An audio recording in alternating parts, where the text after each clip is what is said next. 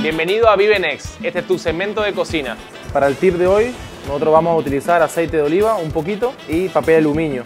Eso va a hacer que nuestros patacones salgan más homogéneos y nos faciliten la vida a la hora de aplastarlos. Utilizando el aceite de oliva y el papel aluminio, evitas que se te pegue a la tabla. Entonces, por ejemplo, en este caso, logras una buena forma, pero si se te hubiera pegado a la tabla, cuando lo vas a quitar se te puede romper. Entonces, con esto evitas eso. Recuerden siempre que van a cambiar de patacón, siempre ponerle aceite debajo y aceite en la otra cara del papel aluminio.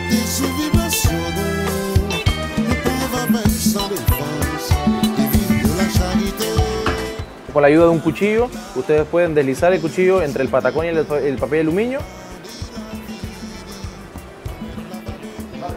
Salud.